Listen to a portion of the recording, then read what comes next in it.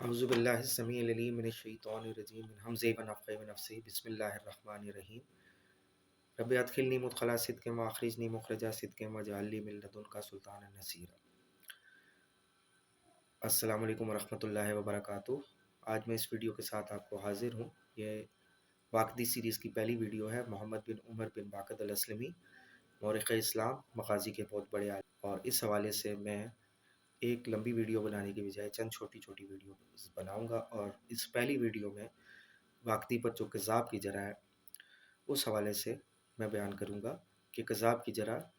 کس سینس میں ہے، کس مفہوم میں ہے، کذاب کا لفظ جو استعمال ہوا ہے وہ کس مفہوم میں ہے۔ واقدی پر کذاب کی جرح امام شافعی نے کی کہ واقدی کی تمام کتب کذب ہیں یا جھوٹ ہیں یا جھوٹی ہیں۔ ظاہری طور پر تو یہ معنی لگتا ہے جب ابھی میں ہم کذب کا لفظ لیتے ہیں، کذاب، تو اور دوسری جرح ہے کہ امام احمد بن حنبل نے ان کو کہا کہ واقدی کذاب ہے۔ یہ ظوفا الوکیلی سے نقل کی جاتی ہے، ظوفا الکبیر امام وکیلی کی۔ البتہ کذاب کے حوالے سے میں آپ کو یہ بتاتا چلوں کہ جرح و تعدیل کے ائمہ اس بات پر متفق ہیں کہ اگر کسی شخص کا واضح طور پر نبی صلی اللہ علیہ وآلہ وسلم کی حدیث میں جھوٹ بولنا ثابت نہیں ہے تو کذاب کا لفظ اس پر غلطی کے معنوں میں ہوگا۔ بلکہ اہل حجاز کے حوالے سے، یعنی مکہ مدینہ کے لوگ ہیں، جو عرب کے لوگ ہیں، وہ کذب یا کذاب کسی کو کہتے تھے، اس کا مطلب ہوتا تھا کہ اس غلطی کی، اس نے جھوٹا نہیں ہوتا تھا۔ یہ امام ابن عبد البر کا میں پہلا حوالہ نقل کرتا ہوں کہ فَإِنَّ الْعَرَبَ تَقُولُ كَذَبَتْ بِمَعْنَى غَلَطَتْ فِيمَا قَدَرَتْ، کہ عرب کہتے ہیں کہ تم نے کذبتا، یعنی کہ ظاہری طور پہ اس کے یہی معنی بنتے ہیں کہ تم نے جھوٹ بولا۔ بِمَعْنَى غَلَطَ، یعنی کہ اس نے غلطی کی، فیما قدرت، جس پہ وہ قدرت رکھتا تھا۔ پھر امام ابن عبد البر آگے کہتے ہیں، یہ التمہید سے ہے، میں اسکرین شاٹ بھی اس کی لگا دیتا ہوں، کہ اللہ ترى ان ھذا لیس من باب الکذب الذی هو ضد الصدق، کہ یہ اس باب سے نہیں ہے جو صدق کی کا متضاد ہے، یعنی سچ کا متضاد ہے، یعنی سچ کا متضاد جھوٹ ہوتا ہے۔ وَإِنَّمَا هُوَ مِن باب الغلط۔ تو اس کے بعد حافظ ابن عبد البر ایک اور روایت نقل کرتے ہیں کہ ایوب بن ابی تمیمہ سختیانی نے سعید بن جبیر سے ایک شخص کے بارے میں پوچھا کہ اپنی بیوی کہ اس کی بیوی کا حق اس کے ہاتھ میں، یعنی طلاق کا، تو انہوں نے کہا کہ ہاں اس کے حق میں ہے۔ تو میں نے کہا کہ جابر بن زید کہتے ہیں کہ تو اس کے آقا کے پاس ہے جو ایک غلام ہے، عبد کا مطلب غلام۔ تو انہوں نے کہا کہ کالا کذب جابر، کہ جابر نے ظاہری طور پہ یہی معنی لگتا ہے کہ جھوٹ کہا۔ تو اس سے ان کا ارادہ غلطی یا خطا کا تھا، کہ انہوں نے غلط کہا۔ اسی طرح نبی صلی اللہ علیہ وآلہ وسلم کے حوالے سے ایک حدیث ہے جس میں نبی صلی اللہ علیہ وآلہ وسلم نے الفاظ استعمال کیے کذب ابو السنابل۔ یہ میں زیادہ تفصیل سے ذکر نہیں کروں گا، اس کی اسکرین شاٹ حوالہ لگا دیتا ہوں، آپ خود پڑھ لیں۔ امام ابن القیم مدارج السالکین میں اس کے بارے میں کہتے ہیں کہ وہ کذب الخطا کا کذب ابی سنابل بن باکک، کہ یہ خطا یا غلطی والا کذب ہے، جیسا کہ ابی سنابل بن باکک نے غلطی کی، اور نبی صلی اللہ علیہ وسلم نے فرمایا کذب ابو سنابل۔ یہ مسند احمد کی روایت کے حوالے سے ہے۔ حافظ ابن حجر کہتے ہیں کہ الا ان الخطا قد یطلق علیہ الکذب، کہ غلطی پر بھی کذب کا اطلاق کیا جاتا ہے۔ وہو فی کلام اہل حجاز کثیر، اور یہ اہل حجاز کے کلام میں کثرت سے ملتا ہے۔ وحمل بعض العلماء علی ظاہری، اور بعض علماء نے اس کو ظاہر پر معمول کر لیا، یعنی کہ کذب جس طرح انہوں نے غلطی کی بجائے اس کو جھوٹ پر معمول کر لیا۔ پھر اس کے بعد ایک اور جگہ ہے، ابن حجر ہی کہتے ہیں نبی صلی اللہ علیہ وسلم کی حدیث کے بارے میں، کہ یہ حضرت عامر بن الاقوا کے بارے میں روایت ہے کہ وہ خیبر کے بارے میں، کہ نبی صلی اللہ علیہ وسلم نے ان کو جنت کی بشارت دی۔ تو عامر بن الاقوا کے بارے میں کچھ بندوں نے کہا کہ کوئی ایسا معاملہ ہوا کہ انہوں نے کہا کہ انہوں نے اپنے اعمال تباہ کر دیے، تو نبی صلی اللہ علیہ وسلم نے فرمایا کہ کذب من قالہ، اور یہ حدیث ہے بخاری میں روایت ہے کہ 2477، 4196، 5497، 6148، 6331، 6891، اور مسلم ہے 4644، 4994، 4993 اور 94، ابن ماجہ میں ہے 3195۔ تو حافظ ابن حجر اس حوالے سے کہتے ہیں کہ قولہ کذب من قالہ ایو اخطا، میں یہ کہتے ہیں کہ کذب من قالہ ایو اخطا، کہ کذب من قالہ، نبی صلی اللہ علیہ وسلم نے فرمایا کہ اس میں یہ نہیں ہم کہیں گے کہ جس نے یہ کہا جھوٹ کہا، بلکہ کہا کہ جس نے کہا کہ یہ غلطی ہوئی۔ پھر اسی طرح ایک اور روایت ہے وہ حافظ ابن حجر ہی کوٹ کرتے ہیں، بخاری کی روایت ہے 4992، اسکرین شاٹ بھی میں لگا دیتا ہوں، کہ حضرت عمر نے ہشام بن حکیم سے یہ کہا کہ کذب آتا اندما قال اقرانی ہی رسول اللہ صلی اللہ علیہ وسلم وذالک فی حدیث العارف السبات مشہور، کہ حضرت عمر نے ہشام بن حکیم، یہ صحابی ہیں، ان کو کہا کہ تم نے ظاہری طور پہ یہ الفاظ لگتے ہیں کذب آتا، کہ تم نے جھوٹ بولا۔ اور یہ روایت ہے قرات کے حوالے سے، انہوں نے قرات کی تو حضرت عمر رضی اللہ عنہ نے ان پر تنقید کی کہ یہ کیسے ہے کہ نبی صلی اللہ علیہ وسلم نے تو مجھے ایسے پڑھنا سکھایا، تو انہوں نے کہا کہ نبی صلی اللہ علیہ وسلم نے مجھے بھی ایسے پڑھنا سکھایا، کہا کہ کذبۃ۔ تو حافظ ابن حجر کہتے ہیں فتح الباری قولہ کذبۃ فیہ اطلاق ذالک علی غلبۃ الظن، کہ یہاں پہ کذبۃ قول کا اطلاق جو ہے وہ اس پر کیا جائے گا کہ ظن کا غلبہ ہو گیا، کہ اول مراد بقول ہی کذبۃ یو اخطات تا، اور یا اس کی مراد یہ ہوگی کہ کذبۃ، کہ یعنی کہ تم نے غلطی کیا، لعن اہل حجاز یطلقون الکذب فی موضع الخطا، جان لو کہ اہل حجاز غلطی کے موقع پہ بھی کذب کا لفظ استعمال کرتے تھے یہ۔ اور پھر اسی طرح وہ ایک اور روایت ہے مسند احمد بن حنبل کی، اور یہ روایت ہے اس میں کہ واجب وطر کے حوالے سے، یہ صحابی ہیں ابو محمد، تو یہ عبادہ بن صامت سے پوچھا گیا کہ وہ کہتے ہیں کہ وطر تو واجب ہے، ان ابا محمد یزما ان الوطر واجب کالا کذب ابو محمد، اور یہ صحابی ہیں، ایک صحابی کو کہہ رہے ہیں کذب ابو محمد۔ تو ابن حبان کہتے ہیں، یعنی کہ اس لفظ سے ان کا حوالہ کیا تھا کہ ابن حبان کہتے ہیں کہ وہ کہتے ہیں کہ قول عبادت کذب ابو محمد یرید بہ اخطا، کہ عبادہ کا قول کہ کذب ابو محمد، اس سے ان کا ارادہ غلطی کا تھا، کہ انہوں نے خطا کی۔ وہذا اللفظ مستعمل لأہل حجاز اذا اخطا احدهم یقال له کذب، اور یہ لفظ اہل حجاز میں مستعمل تھا کہ جب کوئی غلطی کرتا تھا تو وہ کہتے تھے کہ لہو کذب، ظاہری طور پہ یہی لگتا ہے کہ کذب سے مطلب جھوٹا۔ خطابی بھی اس کے بارے میں کہتے ہیں، امام خطابی معالم السنن میں جلد 1 صفحہ 134 میں، کہ ان کے قول سے کذب ابو محمد سے ارادہ تھا کہ ابو محمد نے غلطی کی ہے، خطا کی ہے، اور یہ وہ نہیں ہے کہ انہوں نے جان بوجھ کر وہ والا کذب اختیار کیا ہے جو صدق کا متضاد ہے، کہ یہ اخبار میں کذب جاری ہو جاتا ہے، اور ابو محمد وہ صحابی ہیں، انہوں نے ایک فتویٰ دیا، ایک رائے دی، اور اس میں فتوے میں غلطی کی، تو وہ انصار میں سے ایک صحابی تھے، اور ان کے لیے کذب کا لفظ اخبار میں، خبروں میں جائز نہیں ہے، اور عرب جو ہے وہ غلطی کے موقع پر بھی کذب کا اطلاق کرتے تھے، اور وہ کہتے تھے کذب سمعی و کذب بصری، کہ ہماری سماعت نے، ہمارے کانوں نے، اور ہماری بصارت نے، یعنی ہماری آنکھوں نے غلطی کی، جھوٹ نہیں بولا، یہاں پہ ہوگا، یہ اس سے احتمال نہیں لیا جائے گا۔ پھر اسی طرح ہے کہ حمید بن عبد الرحمن حضرت معاویہ کے حوالے سے یہ روایت ہے، صحیح بخاری کی ہے، 7361 روایت ہے، کہ کعب الابار کا ذکر ہوا، بہت بڑے تابعی ہیں کعب بن ماتے، نبی صلی اللہ علیہ وسلم کے دور میں یہ زندہ تھے، لیکن یہ مسلمان بعد میں ہوئے۔ تو جب کعب الابار کا ذکر ہوا تو انہوں نے کہا کہ ان کان من اصدق هؤلاء المحدثین الذین یحدثون عن اہل الکتاب وان كنا مع ذلك لنبلو علیہ الکذب، کہ وہ محدثین جو اہل کتاب سے اہل کتاب کے حوالے سے روایت کرتے ہیں ان میں سے یہ سب سے سچے ہیں۔ ہاں یہ بات ہے کہ ان کے آزمائش ظاہری طور پہ جو الفاظ ہیں لنبلو علیہ الکذب،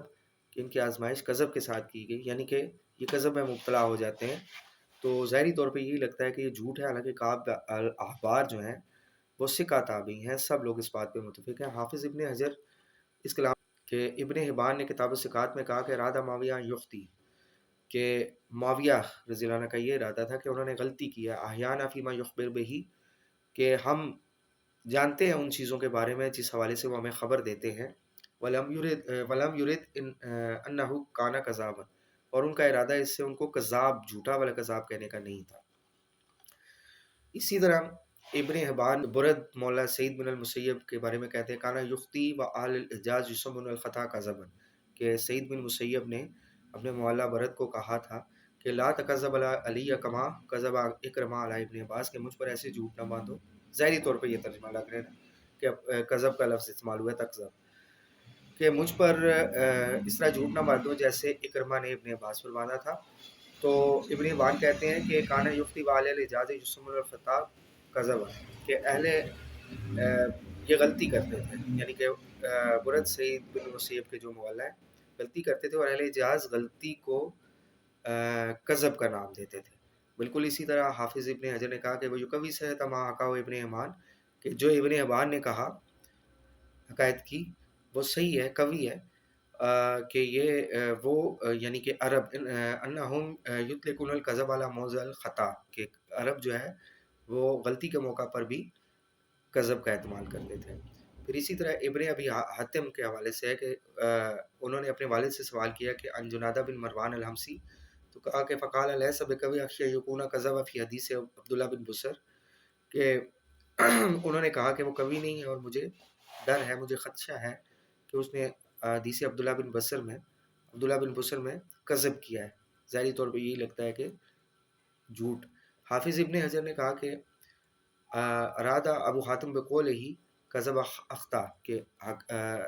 ابو حاتم رازی کا ارادہ اس قول سے، کذب کے قول سے تھا کہ انہوں نے غلطی کی ہے۔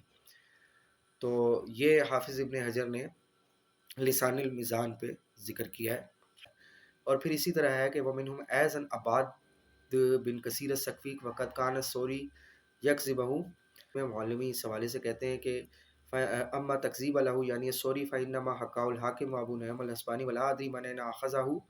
کہ ان کی یہ تکذیب جو ہے یعنی سوری کی تکذیب، سوری نے جو ان کی تکذیب کی ہے وہ حاکم اور ابو نعیم الاسبانی سے آئی ہے، اور مجھے نہیں معلوم کہ انہوں نے یہ کہاں سے اخذ کی ہے۔ فإن صح فإنما اراد الوهم والغلط، اور صحیح بات یہ ہے کہ اس سے ان کا ارادہ وہم اور غلطی کا تھا۔ وقدسنی علیہ سقفی بصلاح جماعت منہم، اور سقفی کی جو تعریف ہے وہ ایک صالحین کی ایک جماعت نے کی ہے، جن میں ابن مبارک، احمد ابن معین، ابو ذرا اجلی شامل ہے، اور اس وصفہ بانہ لیس بشیء فی الحدیث، اور اس کو موصوف کیا ہے کہ وہ حدیث میں کوئی شے نہیں ہے، وانہ یحدث بما لم یسمع لبلہہ وغفلتہ، کہ اپنی سستی کی وجہ سے اور غفلت کی وجہ سے وہ حدیث میں وہ حدیث بیان کرتا ہے جو اس نے سنی نہیں ہوتی۔ پھر اسی طرح بالکل امام مسلم اپنے صحیح مسلم کے مقدمہ میں روایت کرتے ہیں، رقم اس کی 40 ہے نمبر، کہ یحییٰ بن سعید القطان نے کہا کہ لم نرى سالین فی شیء اکذب منہ فی الحدیث، کہ ہم نے سالین کی کوئی چیز ایسی نہیں دیکھی جو حدیث میں جھوٹ نہ ہو۔ امام مسلم نے کہا کہ آگے سے امام مسلم یہ کہتے ہیں کہ یجزی الکذب علی لسانہم ولا یتعمدون الکذب، کہ ان کی زبانوں پر یہ کذب یعنی کہ غلط بات جاری ہو جاتی تھی، اور وہ جان بوجھ کر یہ غلط بات نہیں کرتے تھے، یعنی جھوٹ نہیں بولتے تھے۔ تو امام نووی جو ہے وہ شرح نووی مسلم میں لکھتے ہیں جلد 1 صفحہ 54، اور اسی طرح جلد 1 صفحہ 28-29 پہ بھی یہ موجود ہے کہ انہ یجری الکذب علی السنتہم، کہ ان کی زبانوں پر یہ کذب یعنی کہ غلطی سے جاری ہو جاتی تھی یہ بات، اور وہ عمدن یہ نہیں کرتے تھے، جان بوجھ کے یہ نہیں کرتے تھے، کہ وہ حدیث میں اتنے زیادہ جو ہے وہ ماہر نہیں تھے۔ یکون لهم لا یعانون صناعت اہل الحدیث فیقع الخطا فی روایاتہم ولا یعرفون، اور ان کی روایات میں غلطی ہو جاتی تھی اور وہ اس کی معرفت نہیں رکھتے تھے۔ ویرون الکذب، اور وہ کذب یعنی غلط باتیں روایت کر دیتے تھے۔ ولا یعلمون انہ کذب، اور وہ انہیں معلوم نہیں ہوتا تھا کہ یہ غلط ہوتی ہیں، یعنی غلط باتیں ڈیفینیٹلی جھوٹی ہوتی ہیں، لیکن اب ایک بندہ اس کو معلوم نہیں ہے کہ وہ جھوٹ بول رہا ہے، وہ غلط چیز روایت کر رہا ہے، تو ہم اس کو جھوٹا نہیں کہیں گے، وہ ایک سند سے بیان کر رہے ہیں۔ تو وہ آگے کہتے ہیں وقت قدمنا ان مذہب اہل الحق، اور وہ ہم پر اہل حق میں مذہب میں مقدم ہے، ان الکذب هو الاخبار عن شیء بخلاف ما هو، کذب وہ خبریں ہیں جو حقیقت کے خلاف ہوتی ہیں، بخلاف ما ہوا، کہ جو بات اصل میں ہوتی ہے اس کے خلاف ہوتی ہے، عمدن کانا و سہوا و غلطن، چاہے وہ عمدن بیان کی جائے، چاہے وہ غلطی سے، چاہے وہ بھول کر، چاہے غلطی سے۔ علامہ ابن الوزیر الیمانی اور روز الباسم فرماتے ہیں، اور یہی چیز علامہ مولوی نے تنقیل کے صفحہ 161 میں حاشیہ پہ ذکر کی ہے کہ اس باب میں سب سے لطیف بات جو یہ ہے کہ لفظ کذاب اکثر متعنتین یعنی کہ جرح میں سخت ائمہ نے وہم اور حدیث میں وہم اور خطا پہ اس کا اطلاق کیا ہے، اور یہ بیان نہیں کیا، یہ بات واضح نہیں کی ہے کہ اس بندے نے عمدن یہ بات کی ہے جان بوجھ کے، اور یہ بات بھی بیان نہیں انہوں نے کی کہ اس کی خطا زیادہ ہے، اس کی غلطیاں زیادہ ہیں صحیح بات سے یا برابر ہیں۔ تو پھر جو ہم پر اجرا و تعدیل کی کتابیں دیکھ کر ایک بات کھلتی ہے کہ یہ ثقات کی کثیر جماعت پہ بھی یہ اس کذب لفظ کا اطلاق کیا گیا ہے، جو نہایت طرفہ لوگ تھے اور اہل صدق و رحمانت والے تھے، اور اس بات سے ڈرو کہ اس سے یہ نتیجہ اخذ نہیں کیا جائے گا، یعنی کہ اس سے ان کو جھوٹا نہیں کہا جائے گا کہ جو فی حق من قیل فی ہے من ثقات الرفع، کہ ان عرفہ ثقات کے بارے میں جو لفظ استعمال کیا گیا، اور فالکذب فی الحقیقت اللغویہ ینطلق عن الوہم والعمد معا، کہ لغت میں کذب جو ہے وہ وہم یعنی غلطی اور جان بوجھ کر کسی جھوٹ کو بولنے کے بارے میں، دونوں کو کے بارے میں استعمال ہوتا ہے، وہ یحتاج الی تفسیر، اور یہ تفسیر کا محتاج ہے کہ الا ان يدل التامد قرینہ صحیح، کہ کسی دلیل سے یہ ثابت ہو جائے، صحیح دلیل سے کسی صحیح قرینہ سے یہ ثابت ہو جائے کہ اس نے جان بوجھ کے جھوٹ بولا ہے۔ اس کے علاوہ یہ کذب کا لفظ جو ہے وہ ایک اور معنی بھی استعمال ہوتا ہے کہ کلام میں بندہ جھوٹ بولتا ہے، کذب بولتا ہے، اور وہ حدیث نبی میں نہیں بولتا ہے۔ اس کی بھی ہم مثالیں دے دیتے ہیں کہ ابن الجنید نے کہا کہ ابو داؤد السجستانی جو صاحب سنن ابی داؤد ہے، وہ کہتے ہیں کہ ابنی عبداللہ ھذا کذاب، کہ میرا یہ بیٹا عبداللہ کذاب ہے۔ یہ تو کیا ہم اس سے یہ نتیجہ اخذ کریں گے کہ ان کا بیٹا حدیث وضع کرتا تھا؟ ایک باپ اپنے بیٹے کے بارے میں کہہ رہا ہے، ایک باپ اپنے بیٹے باپ سے زیادہ بیٹے کو کون جانتا ہے؟ تو یہ تذکرۃ الحفاظ میں حافظ ذہبی اس بات کو ذکر کر کے کہتے ہیں کہ واما قول ابی فی فظاہر انہ ان صح عنہ، کہ ظاہر میں تو ان کے والد کا قول ان کے بارے میں صحیح نظر آتا ہے کہ فقط انی انہ کذاب فی کلام ہی، کہ وہ کلام میں کذاب تھا، لا فی حدیث فی الحدیث النبوی، کہ وہ نبی صلی اللہ علیہ وسلم کی حدیث کے بارے میں کذاب نہیں تھا، وقع نہ کالا حاضہ، اور وہ انہوں نے اس لیے کہا کہ وہ عبداللہ شابن، کہ وہ چھوٹی عمر کا تھا، شابن طری، اور وہ اسی طرح جھوٹ موٹ باتیں خراب باتیں کہہ دیا کرتا تھا، سما کبر وسادہ، اور جب وہ بڑا ہوا تو وہ سمجھدار ہو گیا۔ اور اسی طرح سیر العام النبلا میں وہ کہتے ہیں کہ یہ صحیح بات تو یہ ہے کہ وہ ان کا ارادہ اس سے یہ کہنے میں تھا کہ اس کا وہ لہجے میں کذاب ہے اور حدیث میں نہیں ہے، جبکہ حدیث میں تو وہ جبکہ نقل میں یعنی روایت میں وہ حجت ہے، اور اس کے کلام میں بھی کہیں پہ کذب ثابت نہیں ہوتا۔ اور جس نے بھی یہ سوچ لیا کہ وہ ہمیشہ جھوٹ بولتا تھا، کذب بولتا تھا، اس نے غلطی کی ہے۔ اللہ ہمیں چھوٹی عمر کی، شباب کی، جوانی کی غلطیوں سے محفوظ رکھے۔ اور جب وہ بڑا ہوا اور سمجھدار ہو گیا تو اس نے اپنے آپ پر صدق اور تقوی کو لازم کر لیا۔ یہ سیر العام النبلا جلد 13 صفحہ 231 پہ بیان کر رہے ہیں۔ اس حوالے سے علامہ مولوی بھی یہ کہتے ہیں کہ جائز بات تو یہ ہے کہ وہ ان کا ارادہ کذب کے حوالے سے یہ تھا امام ابو داؤد کا کہ ان کا بیٹا جو ہے وہ قضا یعنی قاضی بننے کا دعوے دار تھا، وہ قاضی بن گیا اور لوگوں کے حقوق پہ جب بیٹھ گیا تو وہ ان کے والد جب اسے کوئی غلط کام کرتے ہوئے دیکھتے تو وہ اس پر شدید تنقید کرتے، شدید اس کی برائی بیان کرتے۔ تو انہوں نے یہ بات کی، یہ تنقید صفحہ 518 میں علامہ مولوی نے فرمایا۔ حافظ ذہبی احمد بن عبد الجبار الاتاردی کے ترجمہ میں لکھتے ہیں، یہ سیر العام النبلا جلد 13 صفحہ 57 میں، کہ متین نے اس کو کہا کہ کان احمد الاتاردی یکذب، کہ وہ ظاہری طور پہ یہی معنی لگتے ہیں کہ وہ جھوٹ بولتا ہے۔ تو ذہبی نے کہا کہ یعنی فی لہجہ لا انہ یکذب فی الحدیث، وہ حدیث میں جھوٹ نہیں بولتا، اور اس سے کوئی ایسی بات ثابت بھی نہیں ہے، ملی بھی نہیں ہے، اور نہ ہی کوئی تفرد اس کا ملا ہے، اور وہ روایت کے باب میں صدوق ہے کہ اس نے اپنے باپ کے حوالے سے یونس بن بکیر سے مغازی کے اوراق روایت کیے ہیں اور خطیب نے اس کی تعریف کی ہے اور اس کو مضبوط قرار دیا ہے، اور بہقی نے اپنی تصانیف میں اس سے حجت لی ہے، سیر العلام النبلہ جلد 13 صفحہ 57 میں ذہبی نے یہ کہا۔ پھر اسی طرح ہمیں ملتا ہے کلام حارث بن عبداللہ العور کے بارے میں کہ شعبی نے کہا کہ وکانہ کذابن حدثنی الحارث العور وکانہ کذابن، کہ ہم سے حارث بن العور نے روایت بیان کی اور وہ کذاب تھے۔ یہ صحیح مسلم کا مقدمہ ہے، جلد یہ مقدمہ میں 44-45 نمبر روایت ہے یہ۔ تو یہ بہت مشہور ہے یہ بات، حارث بن عبداللہ العور کو شعبی نے کذاب کہا ہے۔ تو امام احمد بن صالح المصری کہتے ہیں کہ الحارث العور سکہ محافظ و حسن ما روی عن علی، کہ وہ سکہ ہے جو اس بات میں سکہ ہے جو اس کے حافظے میں، اور وہ علی سے روایت کرنے میں حسن ہے۔ ان سے کہا گیا کہ قول شعبی حدثنا الحارث وکانہ کذابن، کہ شعبی نے تو یہ کہا کہ ہم سے حارث نے حدیث بیان کی اور وہ کذاب تھا، تو انہوں نے کہا کہ لم یکن یکذب فی الحدیث انما کذب فی رائے، کہ وہ حدیث میں کذاب نہیں تھا بلکہ وہ رائے میں کذاب تھا، یعنی اس کی رائے غلط تھی۔ یہ تاریخ اسماء الثقات ابن شاہین میں یہ روایت ہے۔ اور امام ذہبی کہتے ہیں کہ فاز شعبی یکذب و ثم یروی عنہ، کہ یہ شعبی ہیں جو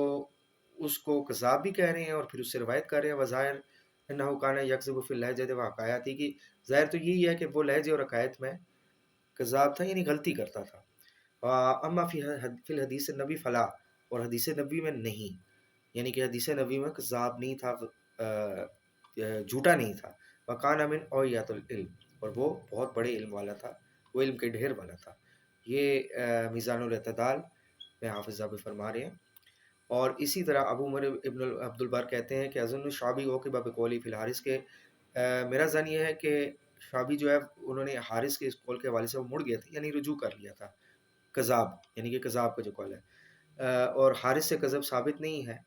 اور وہ تو حب علی میں افراد پر تھا، یعنی کہ وہ تشیع ہے اس کا، اس حوالے سے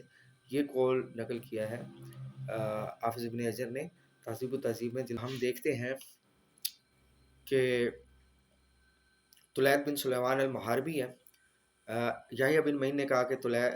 طلیت بن سلیمان جو ہے وہ طلیت کذاب ہے۔ کان یشتم عثمان وکل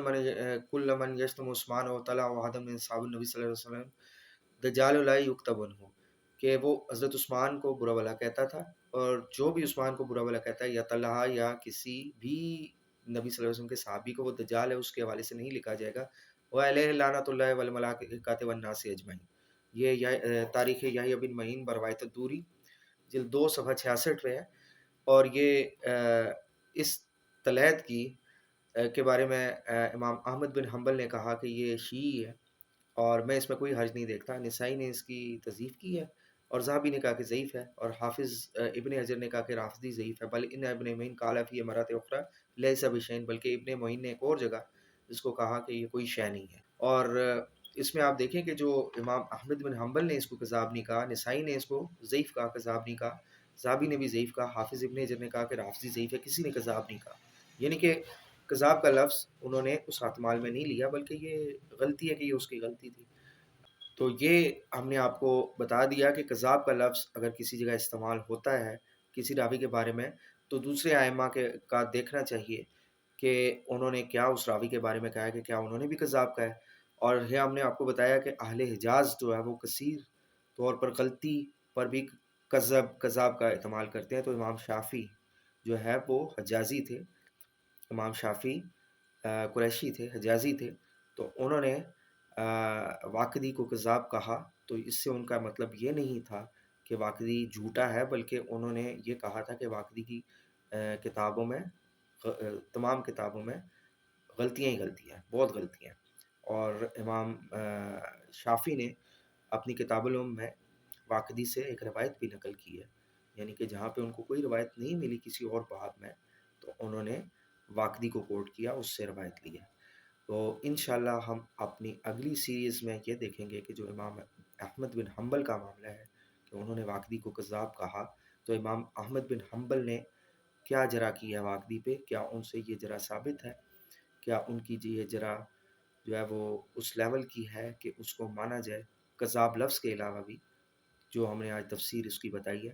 تو مانا جائے کہ امام احمد بن حنبل نے جو جروحات واقعی پہ کی ہیں، تو امام احمد بن حنبل کا ایک منفرد یہ کلمہ کہ واقعی کذاب ہے، کیا اس کو مانا جائے گا؟ تب تک کے لیے اجازت دیجیے گا، وما علینا الا البلاغ المبین۔ السلام علیکم ورحمۃ اللہ وبرکاتہ۔